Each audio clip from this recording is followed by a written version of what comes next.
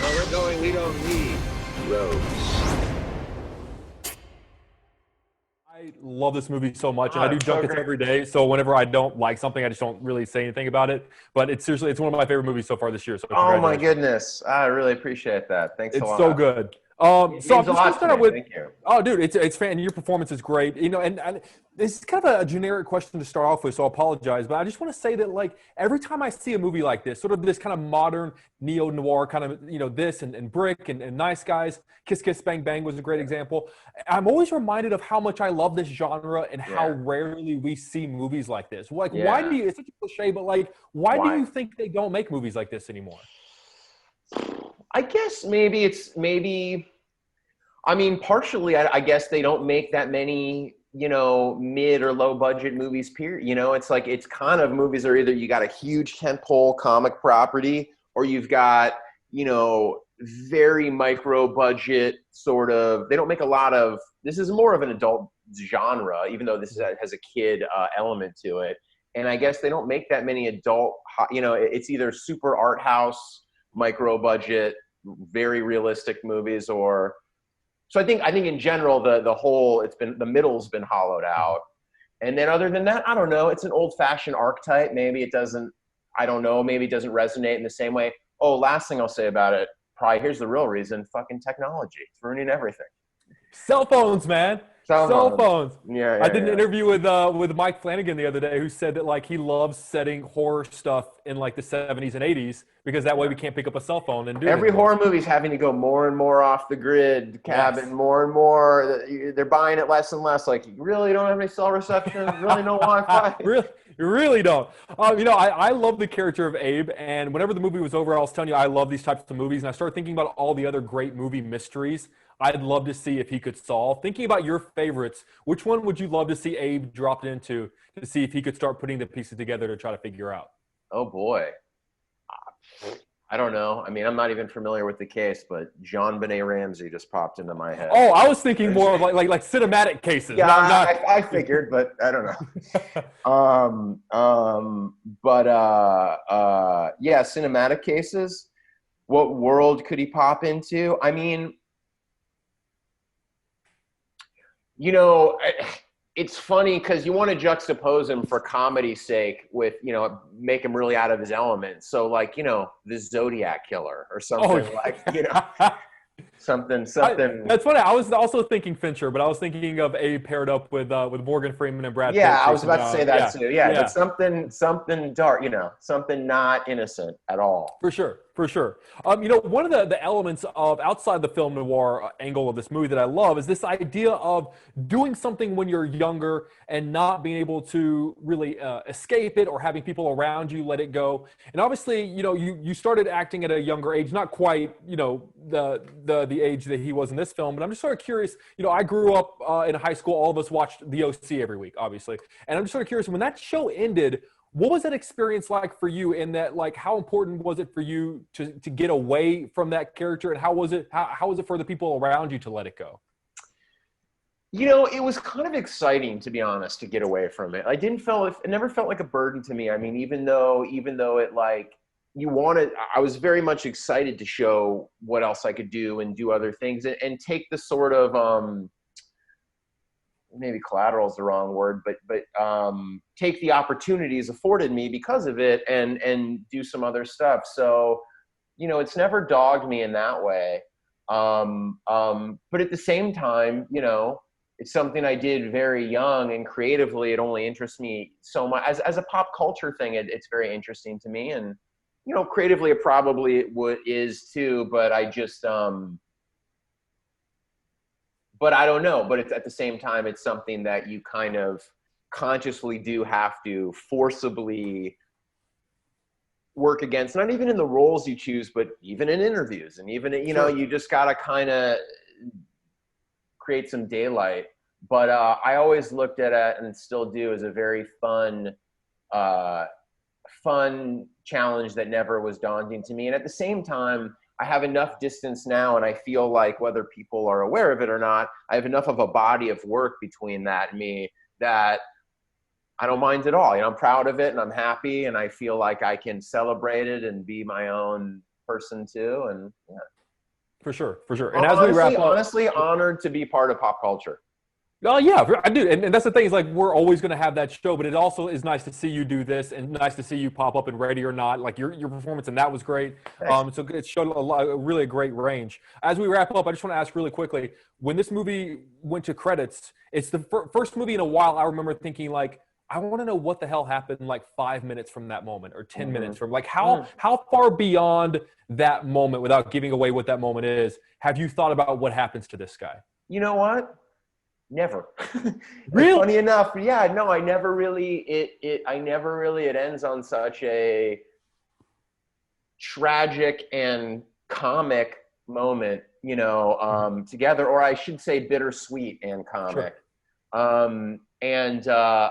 So yeah, I never really projected much farther than that. I mean, I have thought like, oh, is there a sequel there? And what is he, you know, but he's no longer a kid. I mean, you know, this movie is really his growth, finally shedding the kid and the innocence of that and coming to terms with adulthood and trauma. And so I don't really know where he goes from there, to be quite honest. I'm not sure. I'm not sure if he stays or quits the biz, and I don't know what he does. I'm feeling franchise, man. I'm feeling we gotta come back. But seriously, dude, I genuinely I love the movie so much, and your performance is absolutely fantastic. Thank you for it's one of my favorite movies so far this year. So that's awesome to hear you say. I appreciate it. And I love your shirt. Hey, thanks.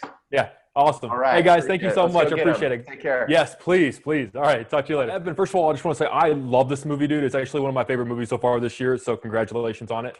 Thank you. I want to just, I guess, start at the end. Actually, I'm sort of curious. Whenever you're crafting a story like this, how important is like the whodunit? Is the resolution to who the bad guy is? Like, is that something you really concern yourself with, or is it just kind of another facet, and you'll get to it when you get to it? I really concerned myself with it because it was something that I didn't feel prepared for as like a writer. I was not a mystery guy. I didn't consume a lot of mysteries, and I'd never written one before. But I really like this premise, this idea really got me excited. And I wrote the first, I'd say like half hour of the movie really quickly because it's all the stuff that just deals with the character and what does his life look like today. The actual mystery part of it was a huge challenge. And in fact, I originally conceived a completely separate mystery, which I ultimately scrapped in favor of the one that's currently in the film. It was just clear to me that it had to pay off, that people, you know, we could make the movie as funny as possible, but that if it didn't have a satisfying conclusion, that was the standard that people were going to hold the film to. It's like, you know, as entertaining as it might be elsewhere, if the mystery sucks, everyone's going to feel let down.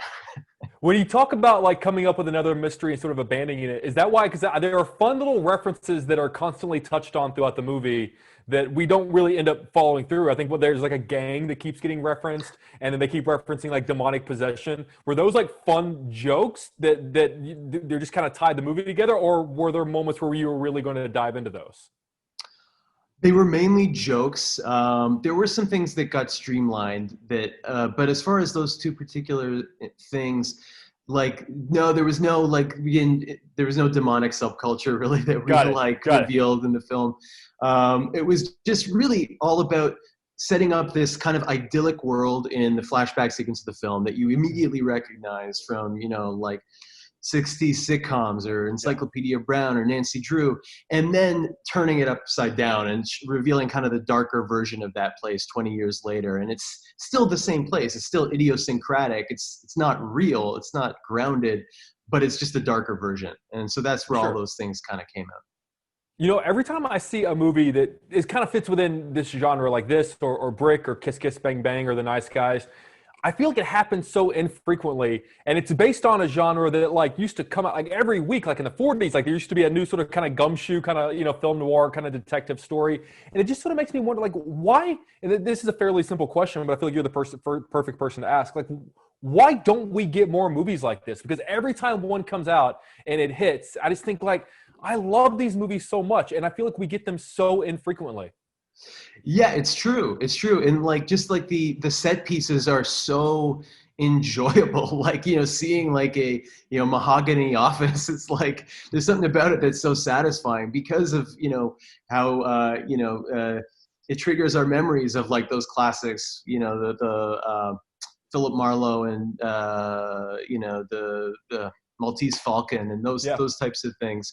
And I think like in television, they've tried it more. Like Veronica Mars like played with that stuff in a pretty fun way. And I feel like there was maybe another thing, but it's true that like it does feel like it's been a while since there was just like a real hard-boiled like detective movie that just sort of savors all those set pieces and conventions. For sure. Well, thinking about all those great sort of, cinematic mysteries that we've loved over the years, I love the character of Abe, and there's a part of me that was just, to have fun and be stupid. I was thinking, like, what other great mysteries would I like to see him thrown into? If you could see Abe thrown into any other great cinematic mystery, which one would you like to see him dropped into to see if he can figure it out? I'd probably take him to like Los Angeles and like and do something with a movie star, like the most kind of like, Yes. cliche, detective noir, like LA based. Like a Chinatown kind of thing? Yeah, exactly. Yeah. That's what we would do. That's awesome. That's awesome. And I got to say, not to get into spoilers or reveal anything, but more so than any movie I've seen in a while, definitely this year, whenever you guys went to black and went to credits, I really just wanted to know, like, what happens 5 minutes from then? What happens 10 minutes from, like, how far beyond, like, the cut to black have you kind of thought about what ends up happening with this story? Honestly, I don't think I've thought about it at all. Yeah, I think like again, it's because this was a mystery. I had to write it backwards, and so I started with the ending, worked back to the beginning, and so because of the direction of it, I was never left wondering like, oh, what happens next? Like the way that if maybe I'd written it forwards, it would have been like, oh, I could have maybe imagined, what happens the next day or what happens to the character in 5 years. Just because of the direction of like, ideas in terms of actually writing this movie, I've never thought about it. That's awesome, dude. Well, I gotta say, I do enough of I do these junkets every day, so I don't tell people that I like the movie if I don't. But I genuinely, really do love this movie, and so congratulations on it. And hopefully, next time we get to chat in person, man. That'd be amazing, and thanks so much. That means a lot. It's awesome. Of course. Take care. Bye, guys. Have a good day. Yeah.